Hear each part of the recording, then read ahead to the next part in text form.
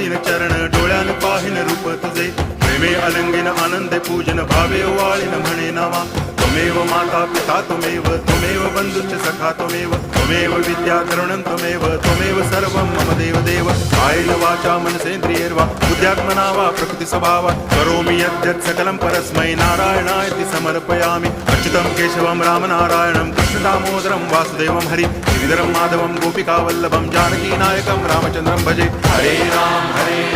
Ram Ram Hare Hare Hare Krishna